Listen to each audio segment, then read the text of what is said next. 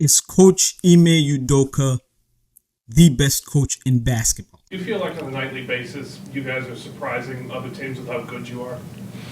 I wouldn't say so anymore. I mean, we're over halfway through now, and our record is what it is, and so it's not just a fluke or anything. And people watch film and they see the physicality and the way we play.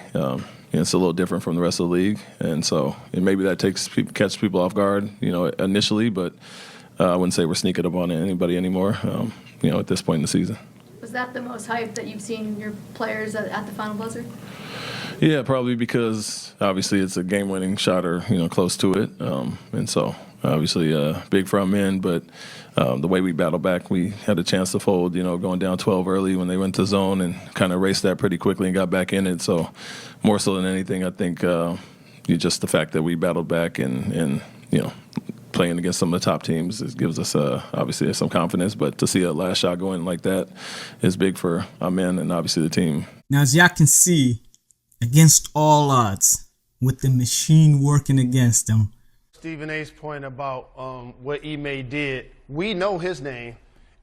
Maybe I'm missing something as it relates to the law, but why we don't know her name? It's not like she's a minor. I feel like we should know her name publicly as well.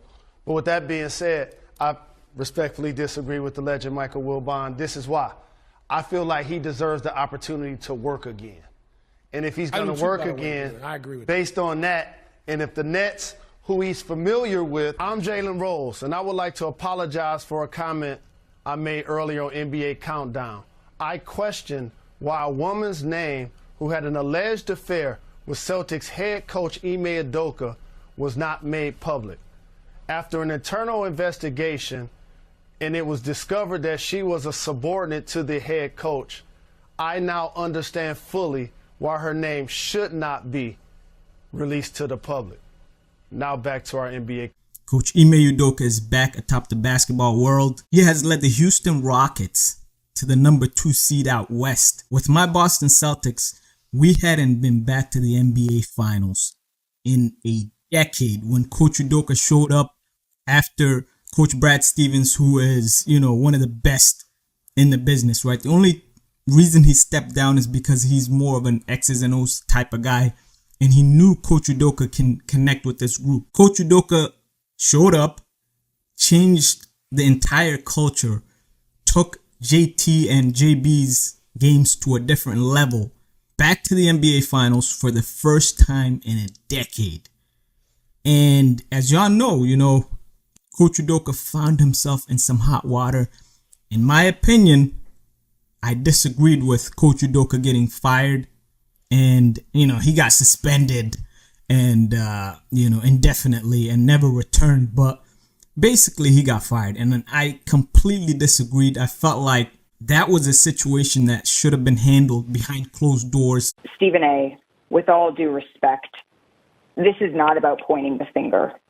Stop. What became apparent to me in this press conference is that we do not have all of the information here. And it was frustrating to me that the Celtics declined to elaborate or to give more specifics about what exactly the rule breaking was that led us to this point. So that I just wanted to get that out of the way first. But to answer your question, Molly, I think what stood out to me, the fact that it was able to go on all day, the fact that we are sitting here debating whether somebody else should have been suspended or not, we are not here, Stephen A., to further blame women. That is not why we are here. Let me be very clear. I don't appreciate where you're going with that. I'm not blaming anybody but Ime Udoka. He deserves, the fact of the matter is, I've said he deserved to be fired if they were going to fire him.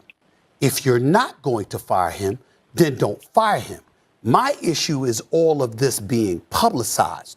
The point that I'm trying to make is just like you're not mentioning. Excuse me. I listened to you. You're the one telling me to stop on my show. It ain't happening. Okay, that's number one. Number two, I've already said he deserves to be fired or he deserves to be there and handle it internally and privately. If you're not going to handle it privately, If you're going to publicize it in that fashion, then obviously it provokes everybody wanting to know, okay, well, who are the parties The involved? entire media at him and basically said, Coach Udoka is done. You know, he might not ever return to basketball, let alone, you know, coach at an elite level. And the Houston Rockets had other plans. Now, the Rockets, a young team trying to turn the franchise around. You know, the Rockets have been struggling for quite some time after James Harden left town. And so they needed to turn things around. And lo and behold, who shows up? Coach Udoka to save the day once again. And like I said, you know, this is a young team. And Coach Udoka, the greatness that he has is he's not just an X's and O's type of guy, but he galvanizes, you know, the entire team. He knows how to lead men. He's like a motivator.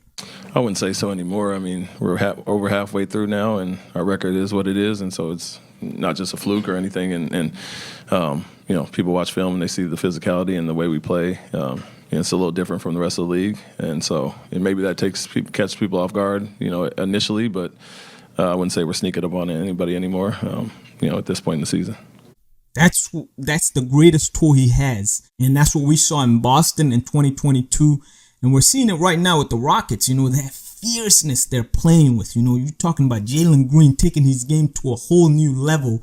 You know, Fred VanVleet cussing out refs. You know, the whole team has a new energy. And I just love the way that team plays. You know, they're playing with some fire. Every game that you see them playing and is an important game, and it's a whole new culture within the franchise.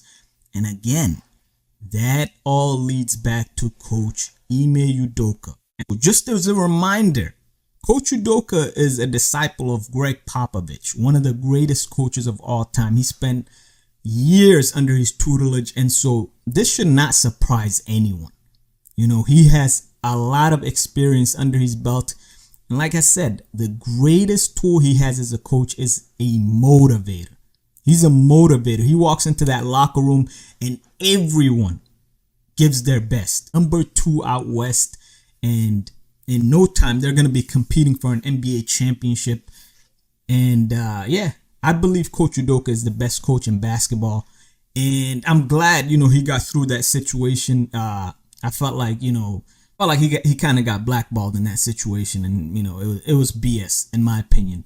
If anything, he should have been suspended for a short amount of time.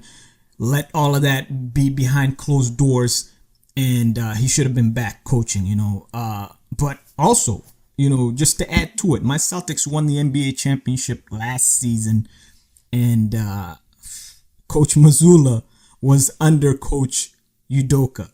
He learned from him. And so, yeah, Coach Udoka is the best coach in basketball, in my opinion. Let me know what you guys think. Comment, like, subscribe, share. I appreciate it. Peace.